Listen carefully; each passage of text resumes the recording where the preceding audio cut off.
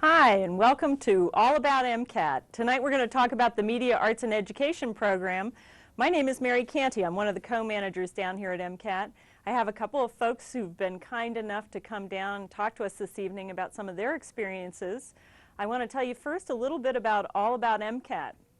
It's a series that we're doing this early spring in western Montana about how MCAT works, some of the programs that we offer, and also give you a chance to get to know us a little bit and how we do our work down here.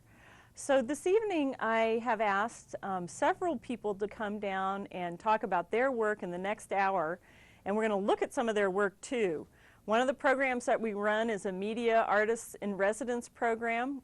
We get a lot of diverse funding and a lot of community support for that program, and I have with me this evening two folks who've been really involved over a good deal of time and have put a good deal of effort into it. So the first person we're going to talk to is, or introduce, is Laura Lee Evans-Lynn, who is an English teacher at Big Sky High School, and she's been involved in all sorts of class projects with the residency, with some of the media art installations down here. And next to her is Gwen Hoppy, who is my partner in crime in this program. She helped us start it many, many years ago. And so, and is now working at Two Eagle River School and has a good deal of experience in working with MCAT. So thanks, you guys, for coming down. Really appreciate it. Thanks for asking me. You bet. And we'll have a few minutes to discuss some things, and then pretty quickly we're going to take you to a videotape to show some of the work these folks have done so that you can see a little bit of what's happening for high school students in video in Missoula. But first, can you tell me, as the Media Arts residency got started, what were, if you can think back for a moment, what were some of the first impressions that you had about this? Did this seem like, you know, it was a good idea that was going to work, or did it seem very confusing and odd to add this new medium into the classroom environment, or were you ready for it? Do you remember back? I think at that point it was all brand new and shocking, but also wonderful. And I remember meeting Gwen for the first time, this woman with this long, wonderful hair and this beret, and you coming into the classroom, and the kids kind of, you know, were out of Big Sky and just being a little shocked by you. And then as that as that evolved, and then you bringing in all of your trunk loads of video equipment. I mean, you must have been back and forth from the car about 35 times. And as every piece came into the room, the kids getting more and more interested in you putting things up and showing them, and them getting to touch them and getting them to see themselves on camera. They loved all parts of that. It was pretty fun. And I remember particularly all those special effects, the strobe, you know, all of those special effects you would bring in, and they'd get to try all that stuff out. They loved all that stuff.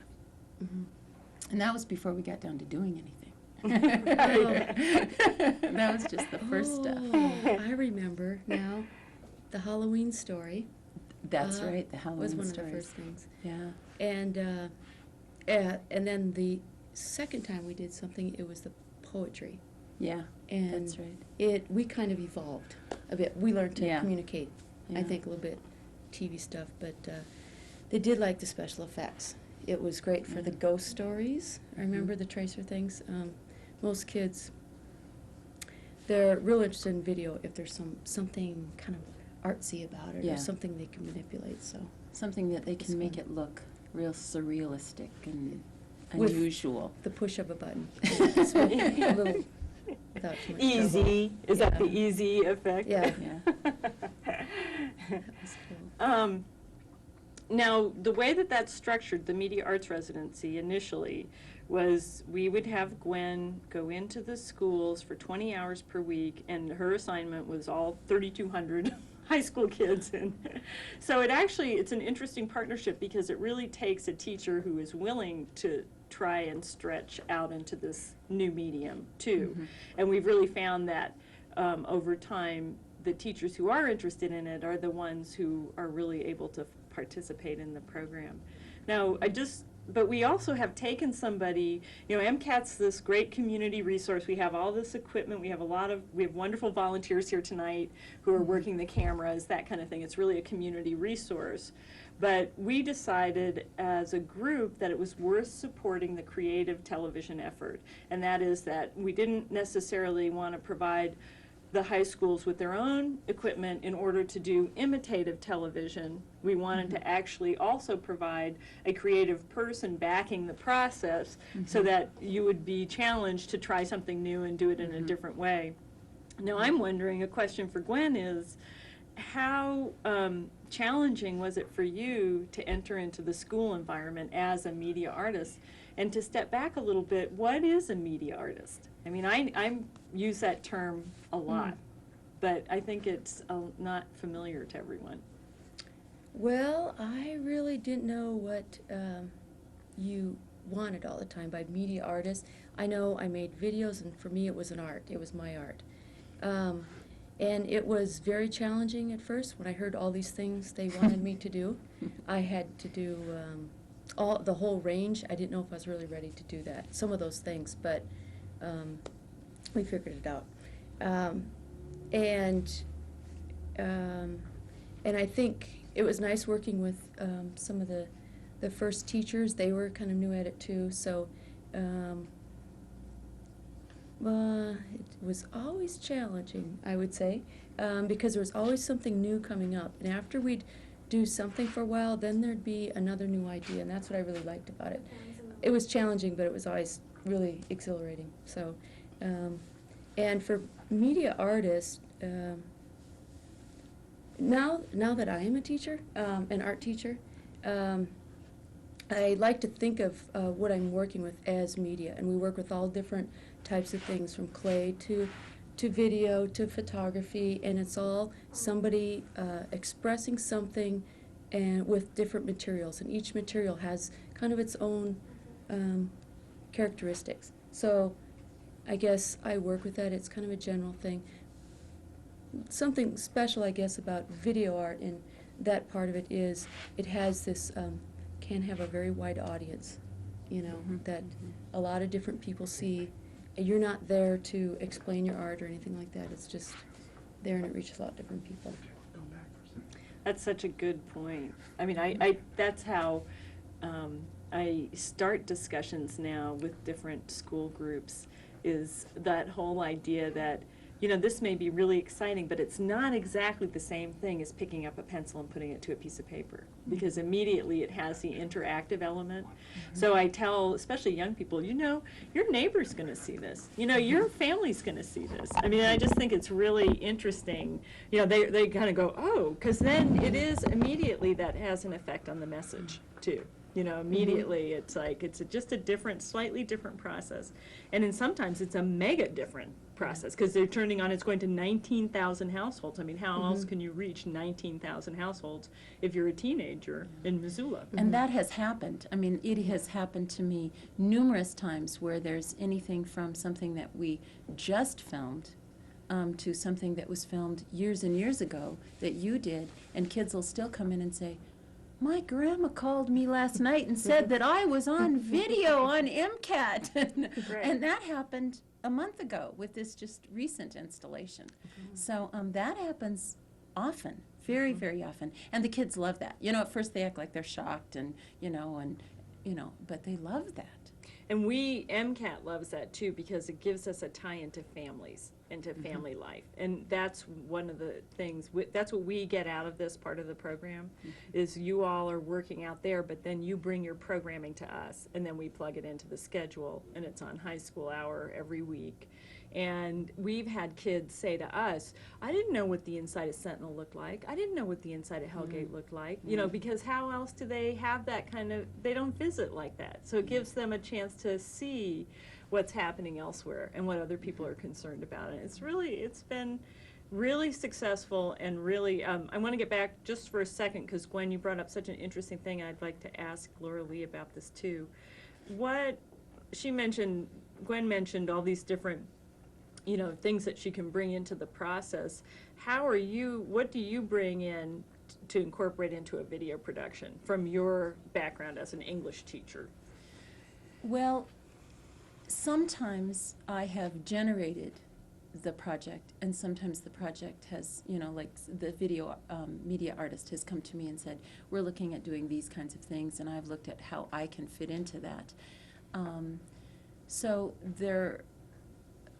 I look at what I need to do as an English teacher. You know, they need to be doing writing, and they need to be doing speaking, they need to be doing those regular curriculum things, and we just bring in whatever seems appropriate at the time. And a lot of what I do is poetry. I mean, we do a lot of poetry, and so that's a lot of what we've brought in. And then the media artists have had a variety of different ways of viewing that. Books, just taking videos of kids, their poems, reading their poems. So I guess I just try to fit in whatever way seems appropriate, you know. You've been ambitious sometimes too, because when I worked with you one time, you actually had a theater person coming in, and you had a video element, and you've had the kids working on a play or a drama, and I'm going, wow, I mean, you've really taken it to some areas a little bit too big a bite sometimes. That is my failing, probably, getting a little bit big. And that was those ghost stories at the beginning that we did were a little bit big. But I suppose I learned so much, and the kids learned so much in doing those things. But finding a way to, that particular project you're talking about, where we tried to do cuttings of a play and introductions of this play and a variety of things with that, that was huge. That was enormous. But it was exciting. Mm-hmm. It was really fun and exciting, and the kids loved it. And by the time we were finished, we were ready to start. That's, I mean, maybe that's the way it always feels. You know, by the time you're finished, you're ready to really begin. Do you ever feel like that? Quite a bit. That's the beauty. I mean, the program has been going on for 7 years now. I mean, it was interesting for me. I did an actual retrospective kind of research, you know, into putting a show like this together tonight.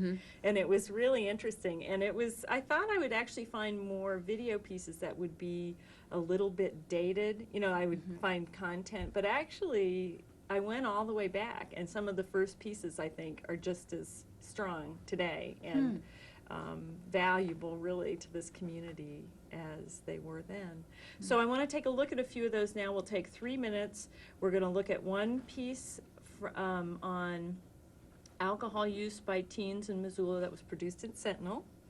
One piece is a fictional piece about a Superman hero at Hellgate High School, and then one video poem from Big Sky. So we'll take a look at that now, and then we'll come back.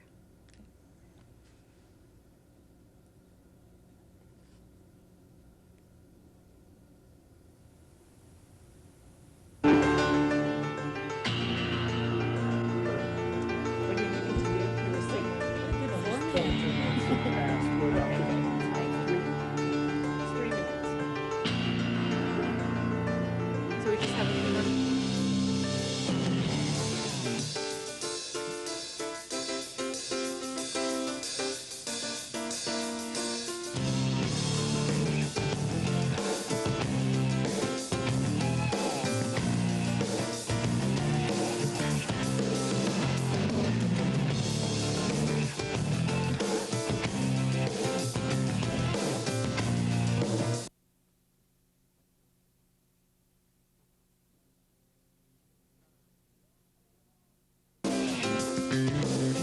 Why put it off another day? And the pursuit.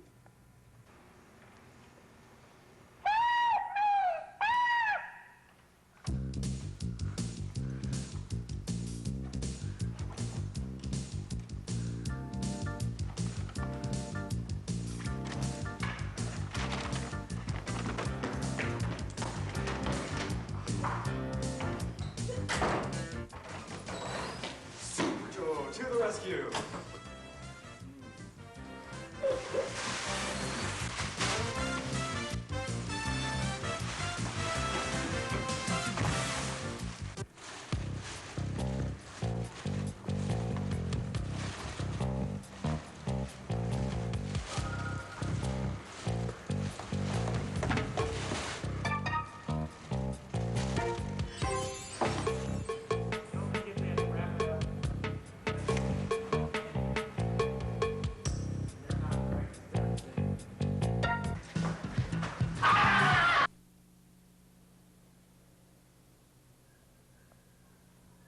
Gazing in awe at the world you weave, with hours of dedication and dewy beads of diminished light between the yellow of my newspaper box and the red flag when my mail has arrived. I have bills, letters, magazines. You have lunch, bitter autumn leaves, scraps of cloud in azure sky, resisting but detoured in your black hole oblivion. You ask if I wither and drift away in my house of stone. Like you, sometimes I fly, kicking pearly spirals behind me, while I watch the storms and rumbling traffic. With the comfort of my couch and a roof, I begin to understand your restlessness. You live in a place that withstands less, where the drowning sound of wheels and glassy pelting drops of rain-slick stars is your front yard. With one swipe of my astounding fluidity, your only stability would be crystal threads dancing in the wind.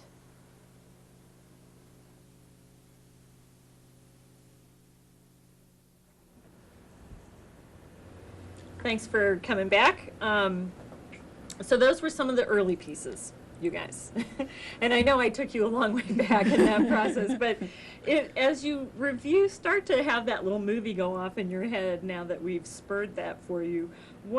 Do you have a memorable moment or a memorable project that you would like to describe that kind of maybe is an example of some of the media arts work you've done? One. Okay.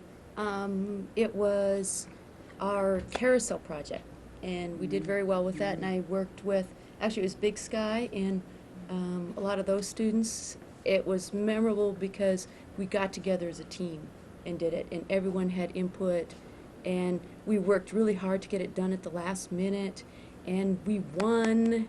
And Tell people a little more about that. it played on CNN. They had a junior journalist contest, and we got a regional award, so it got to air on CNN. And I guess the next place up, students went to Atlanta to be on TV. We didn't get quite that far, but that was a lot of fun to do, because we reached out to the community, and we stayed up late. And What did it look like? I mean, what was the piece actually about? the carousel was, it was probably about a 2.5-minute journalistic piece about the carousel in Missoula, how it was being built, how it came about, what it was doing for the community. So, oh yes. How about for you, Yeah. Laura Lee? Well, you know, the fences piece you just talked about, I really don't think I slept for 3 weeks, but the ones that another memorable one was one that you worked on with my students when they did the video poems, and one of the ones we just saw, and you went tramping out, with them out into the woods in, I don't know, all kinds of weather and out along the river, and you know, we really maybe because it was one of the early things, but we conceived of these as kind of MTV's poems, you know, PTV, I don't know, can you say that? Yeah. and those were really fun. They created these poems of place. We had a writer come into the schools, a part of the writing collaborative, and she was working on a poem of place with them, and you came in and helped them learn how to do the video work, and they'd go out in pairs and do these video poems, and they were really very, very exciting. It was more than just putting a poem on a video, and they turned out, as usual, to be mammoth projects, even if they were, 3 minutes long or less. Yeah, I thought they put their heart into it, They into did. those projects, Yeah. and that was one of the most rewarding whole projects that I worked on, I think. And I would agree with that after all the years of the program, that video poetry, for some reason, is really a nice use of the medium. You know, it's not taking video and either using it as a documentation device, and it's not taking another format, another medium, and trying to fit video into it, but there's really a nice, that seems to be something that works well together, because I've been really touched by those pieces too. I think that those are really interesting. And you can do so many interesting, creative things with them that are not conventional, I think, that are nice when they really let go. And I think, you know, in fairness too, I think the three of us have been challenged by, there is a part of the TV land mentality that there's like a lot of bad jokes that get recorded that never get on the air. And there's a lot of, you know, well, let's play with it. You know, let's make it a tool of sarcasm, or, you know, a principal got slandered one time. I mean, those are some of the liabilities of the program. But I think over time, it's like, now I've learned, okay, well, you can let kids do that and then get to the poetry, and it's there, you know, and it's like that kind of thing, which you guys already know, but see, we don't always know this kind of thing, you know, because you're teachers and you're doing it every day. But now, well, I'm just wondering too, if there is a value to this program, what do you think it might be? I mean, if you think that there's an essence to it, what do you think it might be? Value to it?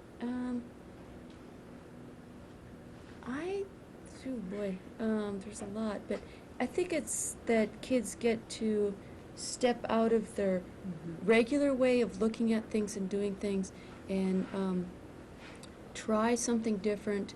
It's nice, I guess, having an artist come in who takes their work professionally, you know, and seriously, and adds maybe a different wave to things. So I think it's helping kids step out, and like for video and TV, trying something new.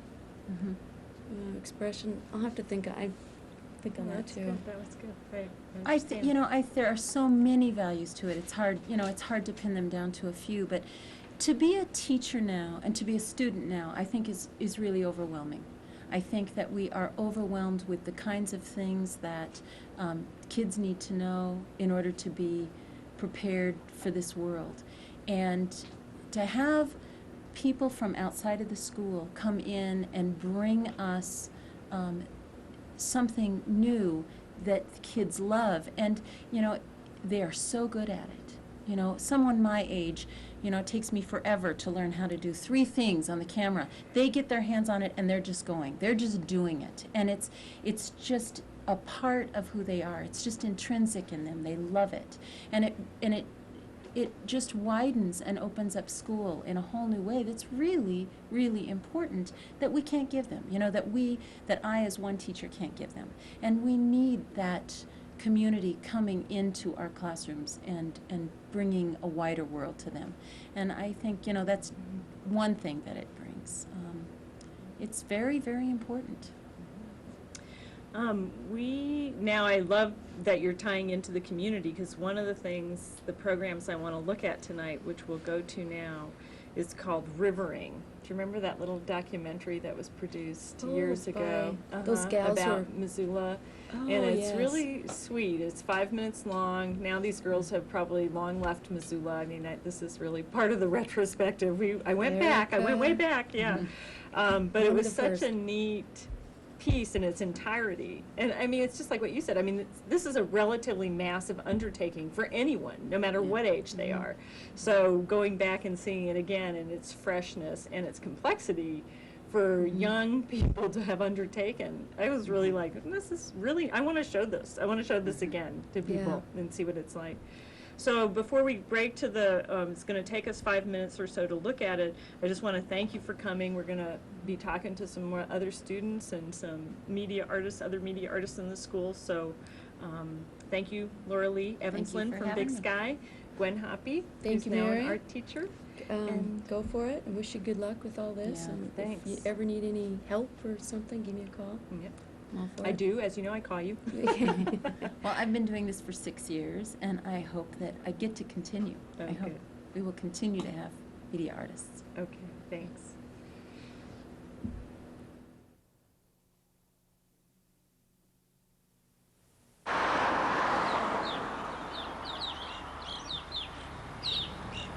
Rolling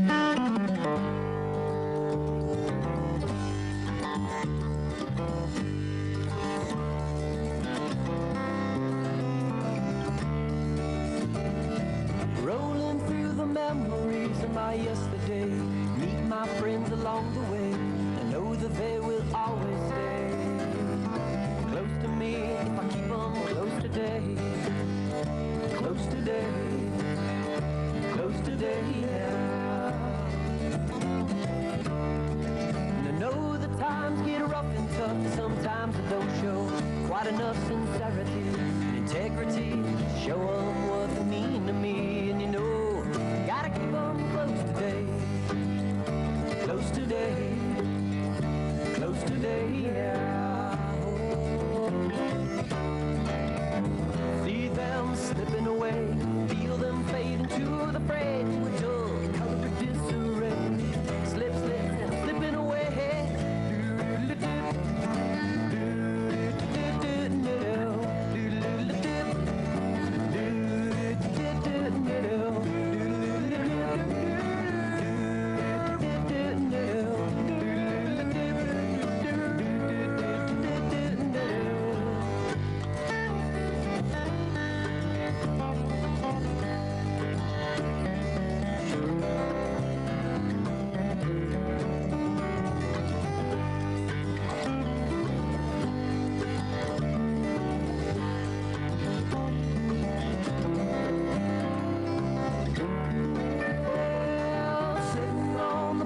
One day afternoon sun fades away and I think of you.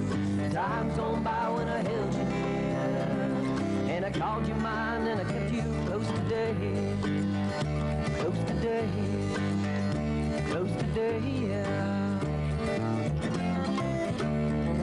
What people come in and out of your life every day, you make a connection and they go away, you know that they will always stay close to you if you keep them close today, close today, close today, yeah. Well, I first came to Missoula in 29, and I stayed 6 weeks, and then I left for home, Grand Forks, North Dakota. But I vowed I was going to come back, and in a year I was back. Well, it was very small, only 17,000 when I came, and of course it was a university town, which is the same number of people in university town that I left. And I've watched it grow all these years, and it has really, really grown. I remember when the Wilma was a wonderful place, and I remember when, I forget what hotel it was that burned down, and I was here when it was a Mercantile, and now it's the Vaughn.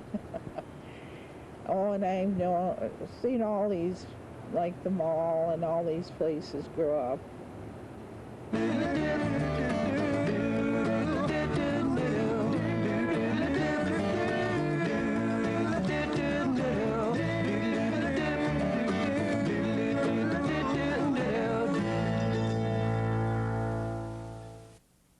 I was born and raised here. 1949, actually. Then I moved away and came back in 1980.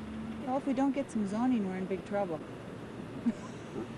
I expect a sprawl, worse than it is now. So let's hope we get some zoning.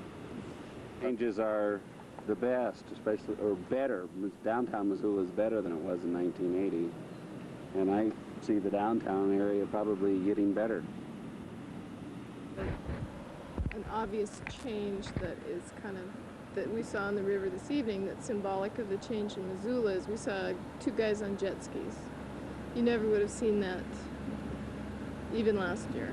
Maybe a couple last year, but 5 years ago you never would have seen it, but you see it tonight. So everything, I think, is moving a little bit faster, maybe. More and more people.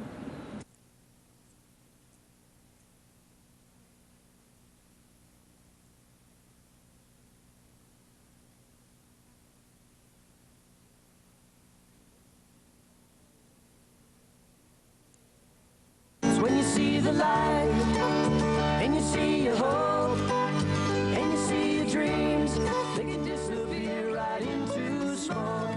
See the light,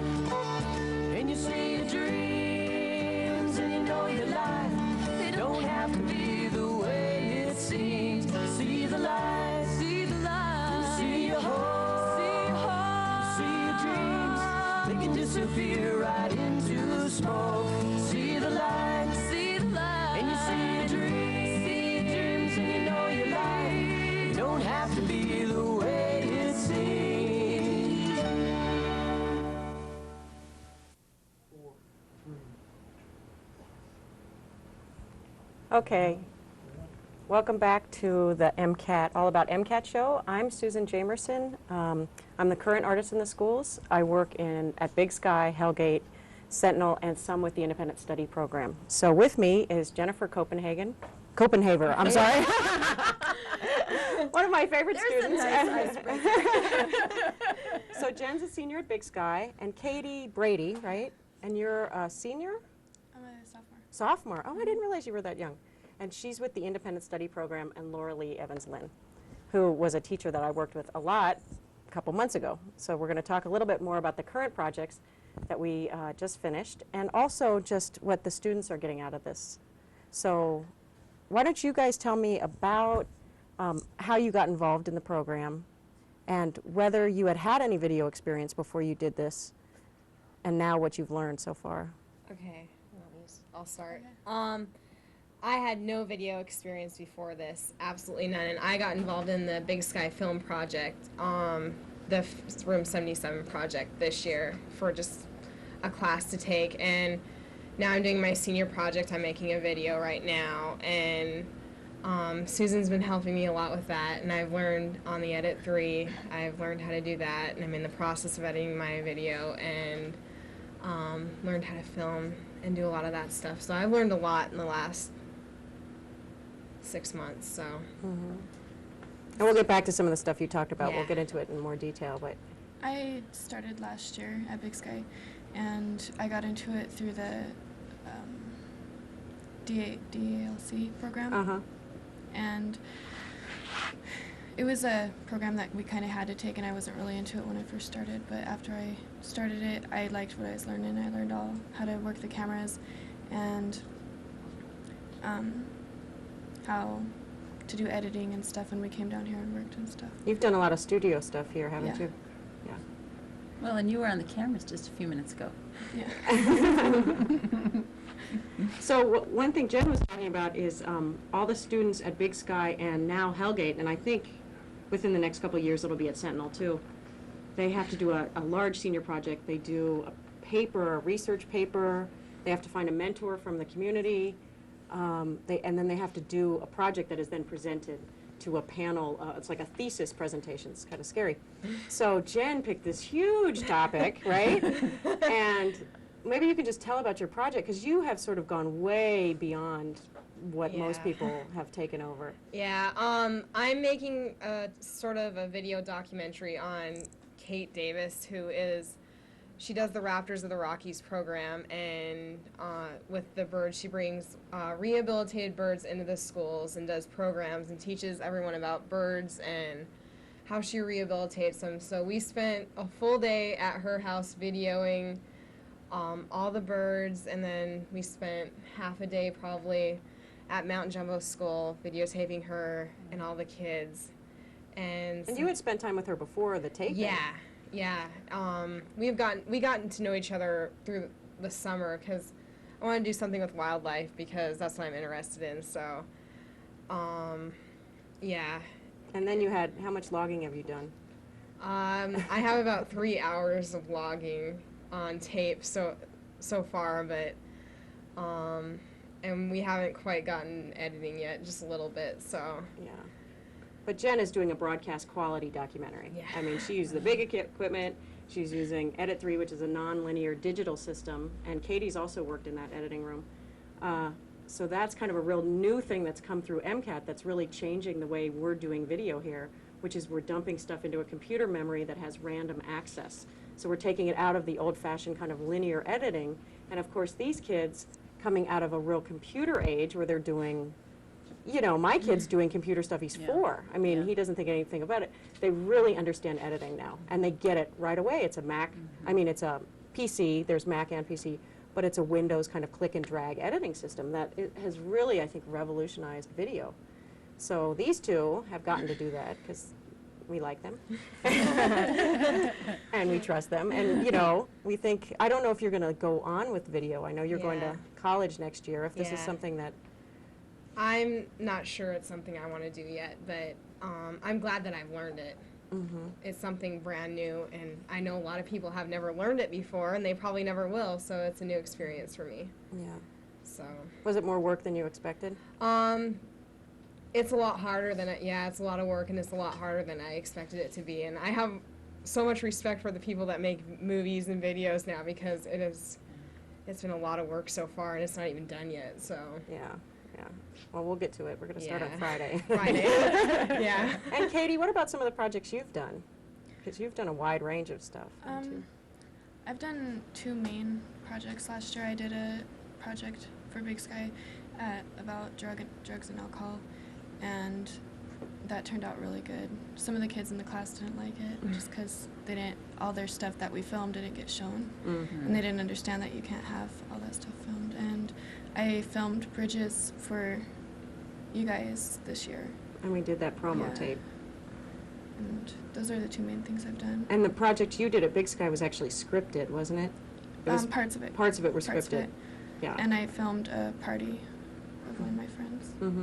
So that was something that In the woods. Yeah. what Laura Lee was talking about, where there's all sorts of pieces to this that the students don't even realize they're learning. You know, there's the scripting process, and all of a sudden they're writing all this stuff, and they're, I can't write or whatever. They don't even, it doesn't occur to them because they're doing a video.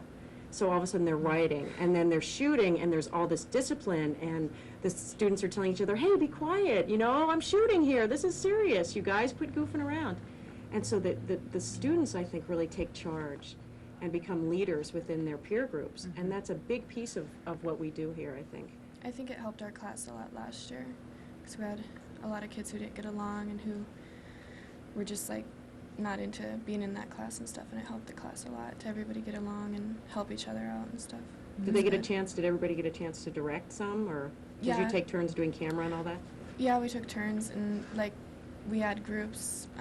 Some of us did the filming, and then some of us did the scripts, and some of us did questionnaires and stuff, went out and questioned people about their drug. And it was fun, uses right? And stuff, yeah. And so I had a lot of fun. everybody had some important part in the overall final product. Yeah.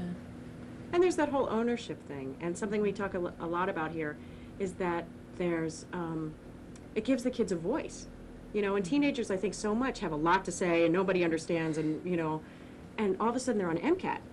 And what they say is on MCAT, whether it's, just funny or goofy or serious or scripted or whatever, and there's all these people looking at them. And all of a sudden it's really empowering, So just to go from there back to what we just finished, the installation idea, which Laura Lee's class, how many kids did we have? 90, 100? Well, all 6 of my classes participated in some way, so it was 110, 120 kids. Yeah, a lot of kids. Yeah, which was great. I mean, I hadn't really anticipated that all of them would be involved, but they all ended up getting involved, and they all really enjoyed it. And I thought it worked well. Yeah, I thought it did too. So we created a huge installation in this room and had sculptures and paintings and all sorts of stuff, videos and everything. And Laura Lee's classes made these books. So we wanted to show everybody one of the books they made. And also I was just going to show, this was the credit sheet from the installation.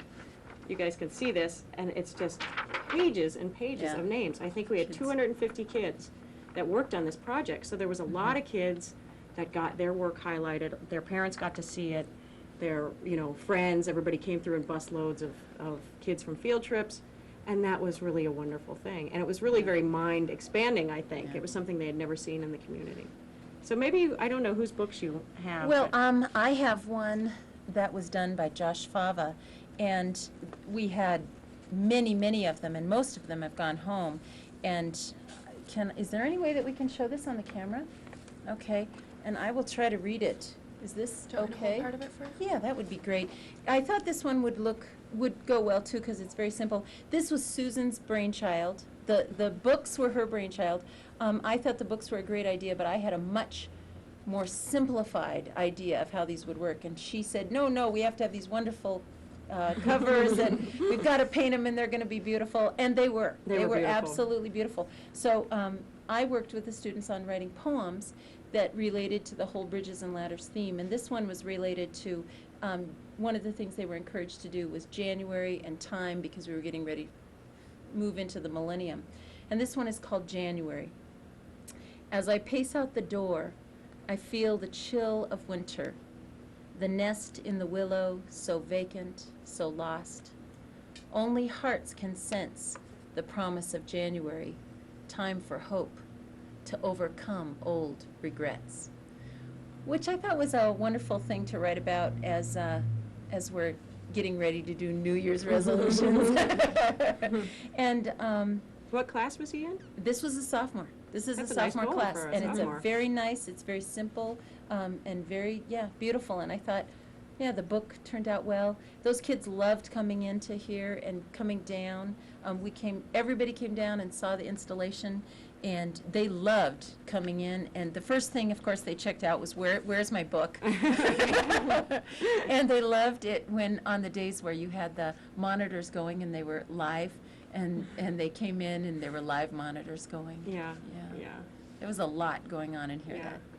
How did the papers turn out? Laura Lee had them write a paper about the themes and the layers that were in the installation. Well, I was kind of pushing them to, look at the theme of bridges and ladders, and they did start looking at, they started looking deeply and so they started looking around the room at all of the ways the things related back to the bridges and ladders. And I don't know if you can get a picture of those, but those were hanging from the ceiling in these kind of loops, and I hadn't even noticed them, and one of the kids said, "Look, those are bridges up there." So it was, that kind of stuff was all over the room, and they started looking at those sculptures and talking about how they related, and I think we were kind of shocked about some of the things that they said, going, "Wow, I didn't even see It was that." so deep. Well, we are going to show we're going to show a little clip from that I edited yesterday, that I had just walked around the room when it was empty and mixed that in with some of the live footage that we had taped from the opening. So we're going to show that. I think it was maybe 3.5 minutes long. So thanks for coming, and I hope you guys, I'll see Jenny on Friday, and I'll probably see you soon. I hope you guys have good luck finishing your projects. Thanks, I need it. Okay, so I guess we're going to go to this clip now.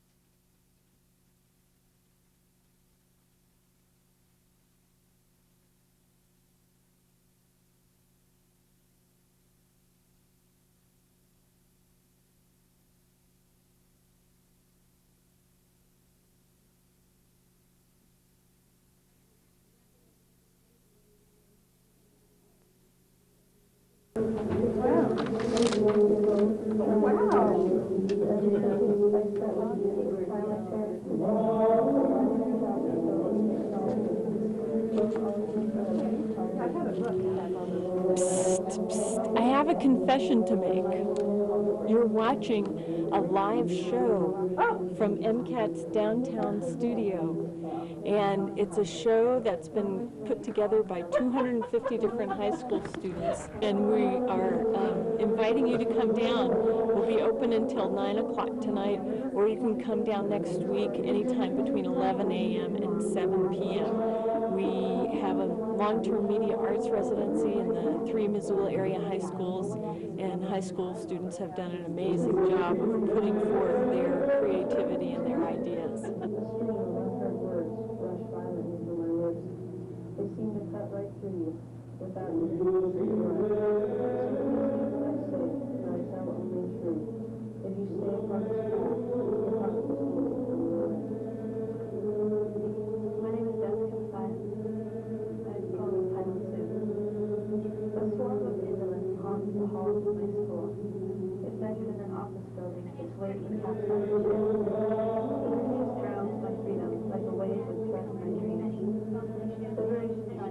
A male voice comes over the microphone. I bow down once, then again, gathering granite block.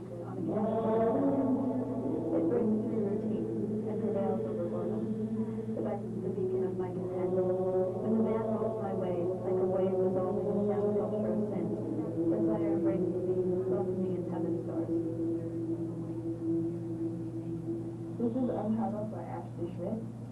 Dear Rachel, you don't understand. I couldn't do that to you. I came to Korea to live with experience an Oscar and I have little legs. I told you I have little legs. Okay, try again.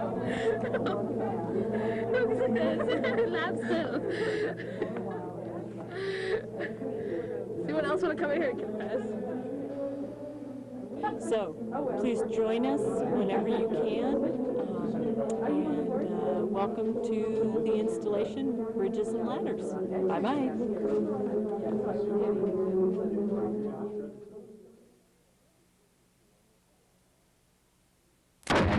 Hi, I'm Bill Good. I'm actually spoken to you on the phone. Hi. Here's Katina and her teacher, John Egan. Hi. Nice to meet you. You're here. Okay. Let me tell the mayor that you're here. All right. He knows. They're here. He knows. Katina standing up. Hi, Katina. Hi. Hi, Mike. Thank you. I'm her teacher, Joni. Nice to meet you. Thank you for the opportunity. Okay, where are we going? Should we unpack this? You guys need to set some stuff up, or? Well, Katina's just going to handle it. No, off you go. Oh, okay. It's me and him by ourselves. I want to address some adolescent issues. I went around and I asked some classmates if they had any suggestions, and we came up with the following. Okay, why does Missoula have a curfew for minors?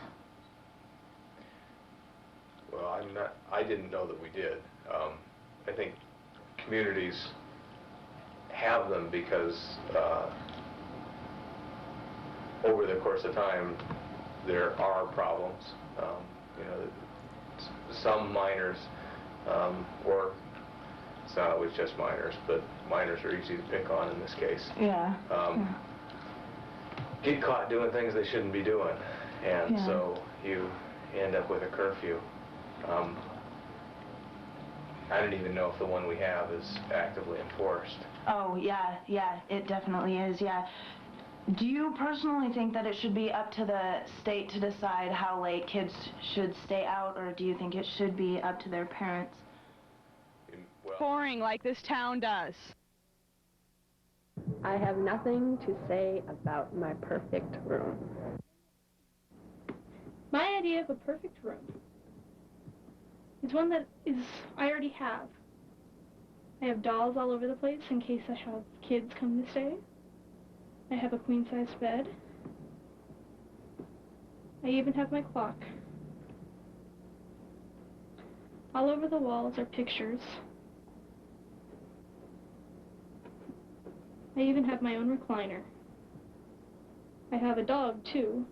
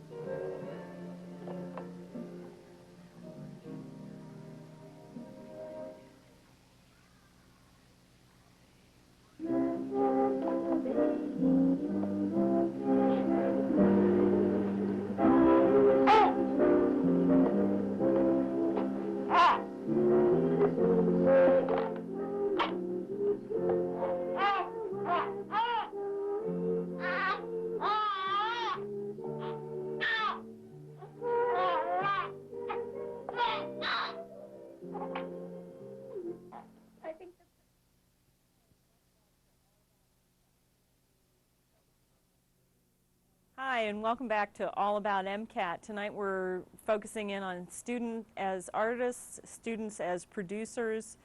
We're looking at the Media Artist in Residency program that's run through MCAT for the last 7 years. We've had different media artists come and work in the 3 Missoula area high schools, Sentinel, Big Sky, and Hellgate. And now, joining me, we have Luke McKay, excuse me, who is a student now back at Big Sky, is that right? Yeah. That's great. And we met and did more work through the independent study program, although now we've done a couple different things. And Joel Baird, who is a fellow co-manager at MCAT and also was a media artist in residence for 2 years with his video art partner. Rick Phillips. Yep. So can you tell me first, Joel, we just finished looking at your media art installation or a component of it that was up at the museum. Can you tell us a little bit about that? Oh yeah. The Perfect Room was kind of a compendium of student responses that I had worked up because it is an interesting problem. When you'd be an artist in the school, you think, how can I involve as many people as possible so they'll have a good time and learn something about media with it? And our idea, when I was working with Rick Phillips in 97 and 98, was to ask people like this real positive thing. If you could make up a room any way you wanted it to be, because my notion was a lot of teenagers don't have control over their personal space. Like it's the parents' house, you know, and they have to have the room. It's kind of like within the house, that's kind of like their shelter. So all these students came up with different responses in different media, like drawings, graffiti stuff, video projects. Like I think we saw two in which students had brought the camera home and then kind of shot their room or tried to set up a kind of ambiance about the room. Because that last one of the mother and child with the dog, I mean, there wasn't really any narrative or anything. It just had like this weird kind of atmosphere about it. Anyway, all the projects were put together and we brought them to the Museum of Art on the second floor. And then I had gotten like sheets of plastic, one for each school, and each school kind of got the question at lunchtime over a period of a couple of days, and then drew stuff on there or wrote responses. And then I had like, maybe 12 monitors playing back different channels of responses. It was real cacophonous, but it was really fun because it was kind of a way to get everyone involved in these different layers. So it was like drawing stuff was going on, painting stuff was going on, written, oh my gosh, we had the essay. David something. I can't think of your last name, David, but you won. He won $100. We like posted $100, me and Rick, for the best Perfect Room essay. And this kid had like broken his back or something. So I swear, and he had to stay in his room for like 9 months, and it was all about like how horrible it was and like moldy socks that he couldn't move because he was in so much pain and stuff. It was really great. But yeah, there was an essay in that. Anyway.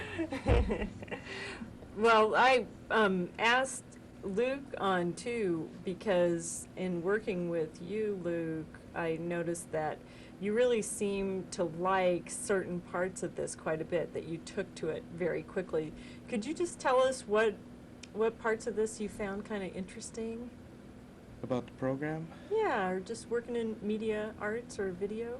Yeah, I've always had a thing for TV and as an art, and I don't know, I've started to take a certain liking to music. I write my own music, and you know, I see people on TV all the time, you know, people that inspire me, so I just thought I'd give it a try. And is there a particular part of it that you liked the most? What was editing like, or what was doing some camera work like? More the camera work. I really like working with the cameras. That's what I would notice too when I would be working with you, that it just seemed very natural to you and that you kind of thought in a visual way.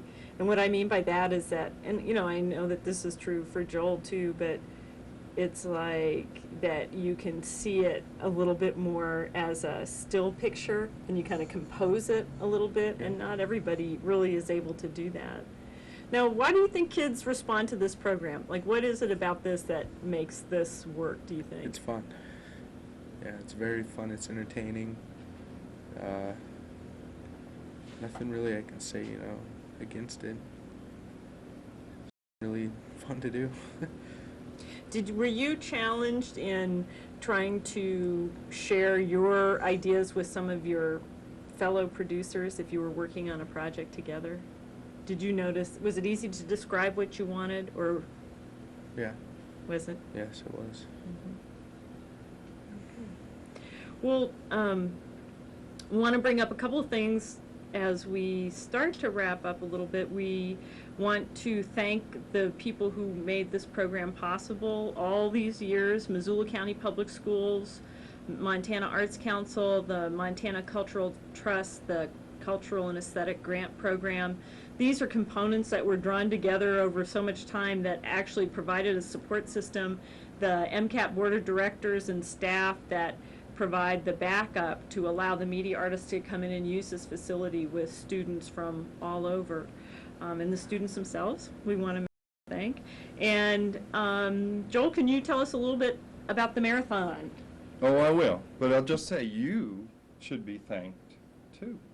Because really, folks, it was Mary Canny's laboring on this program, doing a ton of grant writing and supervision and working with impossible people like me.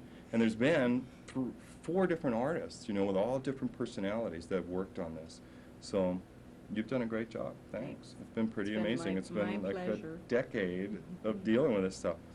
Anyway, all about MCAT. The next show is March 21st. It's a Tuesday. It'll be here at 7 p.m. The topic is controversy and balance. We're going to look at sticky wickets of the public access world, because is there a balance between the First Amendment free speech rights and responsibility?